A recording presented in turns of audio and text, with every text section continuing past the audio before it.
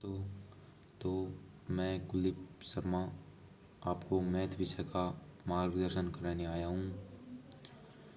तो मैं कुछ मैथ विषय की त्रिकोणमिति की टॉपिक की पीडीएफ लेके आया हूँ। तो हम ऊंचाई दूरी पे बात करते हैं। तो ये कौन बन गया? समकोण कोण, ये लंब, ये आधार, ये कर्ण। ठीक है। ये 45 डिग्री, ये हमेशा 90 डिग्री रहता है। ये 45, तो ये भी 45।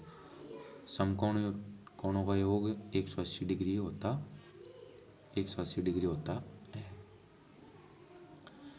तो ये 90, तो ये 60, तो ये 30 हो जाएगा। ऐसे हो जाएगा सर। इन दोनों का योग 90, 90 180। तो एक नोट लेके आया हूँ। समकोण त्रिभुज में समकोण यानी 90 डिग्री के सामने की भुजा कर्ण कहलाती है तथा लंब व आधार जब तक फिक्स नहीं होते, जब तक कोण दिया हुआ नहीं हो, हमेशा 30 डिग्री के सामने की भुजा लंब व 60 डिग्री के सामने की भुजा आधार कहलाती है।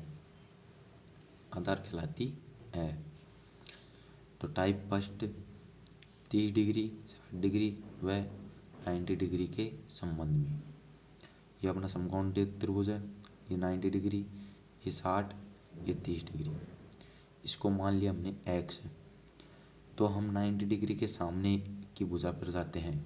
90 डिग्री के सामने की भुजा पर जाते हैं तो दुगुना कर देते हैं, यानी 2 × x यानी 2x। ठीक है। और यदि हम 60 डिग्री के सामने की भुजा पर जाते हैं यानी आधार पर जाते हैं तो इसको √3 से गुणा कर देते हैं। √3 से गुणा कर देते हैं। ठीक है। तो √x हो जाएगा। वैसे ही देखो 30 डिग्री, 90 डिग्री, 60 डिग्री। 60 इसको मान लिया हमने 10। तो 90 डिग्री के सामने वाली भुजा बहन कर्ण पर जाते हैं तो डबल हो जाती है यानी 20 हो गई। और 60 डिग्री के सामने की भुजा पर जाते हैं तो √3 से गुणा कर देते हैं यानी 10√3।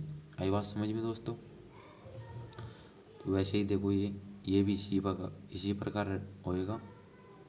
इसको 10 मान लिया तो ये दुगनी हो जाएगी 90 डिग्री के सामने की 20, ये 60 डिग्री के सामने की √3 से गुणा हो जाएगी। ठीक है दोस्तों।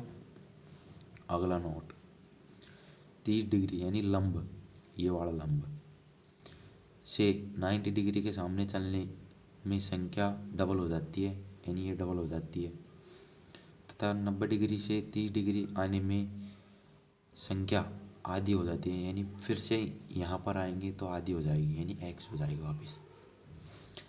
30 डिग्री लंब से 60 डिग्री आधार चलने से संख्या को √3 से गुणा करते हैं। √3 से गुणा कर दिया ये यहाँ पर।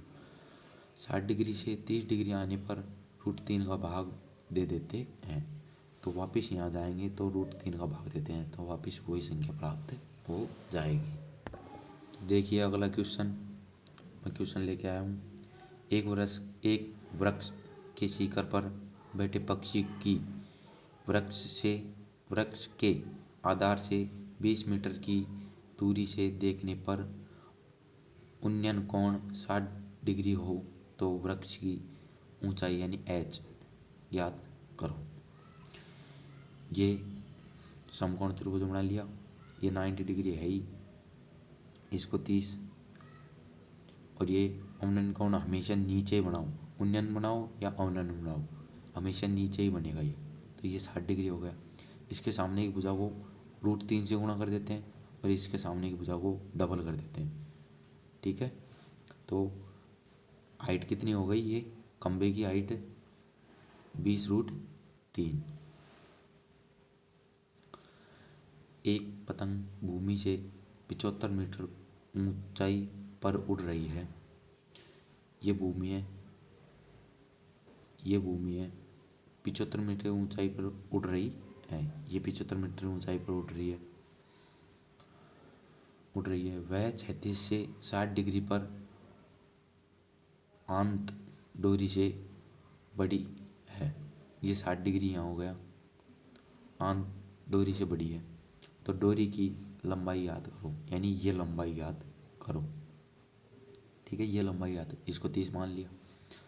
150 यानी ये डबल हो जाएगी, 150 हो जाएगी। 75 का डबल 150, 150 बटे √3 इंटू √3 बराबर 150 √3 बटे 3, √3 हो जाएगा। 50 आ गया, इनको काटने पर 50 √3 आंसर हो जाएगा अपना। तो अगला क्वेश्चन टाइप 2, 45 डिग्री और 90 डिग्री में संबंध। यानी अब दो 45 डिग्री का आएंगे और एक 90 डिग्री का। 45 डिग्री के सामने वाली भुजा से 90 डिग्री कोण पर जाने के लिए भुजा को √2 से गुणा कर दिया जाता है तथा 90 डिग्री से 45 डिग्री वापस आने के लिए √2 का भाग दिया जाता है। 45 डिग्री की आमने सामने की भुजा बराबर होती है जिनका मान समान होता है। अब क्वेश्चन देखो फर्स्ट, ए बी एक ऊर्ध्वाधर दीवार है। ये ए बी एक ऊर्ध्वाधर दीवार है जिसका बी भाग भूमि के संपर्क में ये भूमि हो गई। ए सी डी जमीन से सी बिंदु पर टिकी है। ये ए सी बिंदु पर टिकी हुई है। यदि कोण ए सी बी बराबर 45 हो, यानी सी बराबर 45 हो और बी सी बराबर 5 मीटर हो, ये 5 हो गई, तो सी डी की लंबाई है, ये 5 हो गई। तो इसको यहाँ से जाएंगे तो √2 से गुणा कर देते हैं, ये आ गया ना, √2 से गुणा कर देते किया जाता है, तो √2 से गुणा कर देते हैं। आज दोस्तों बात समझ में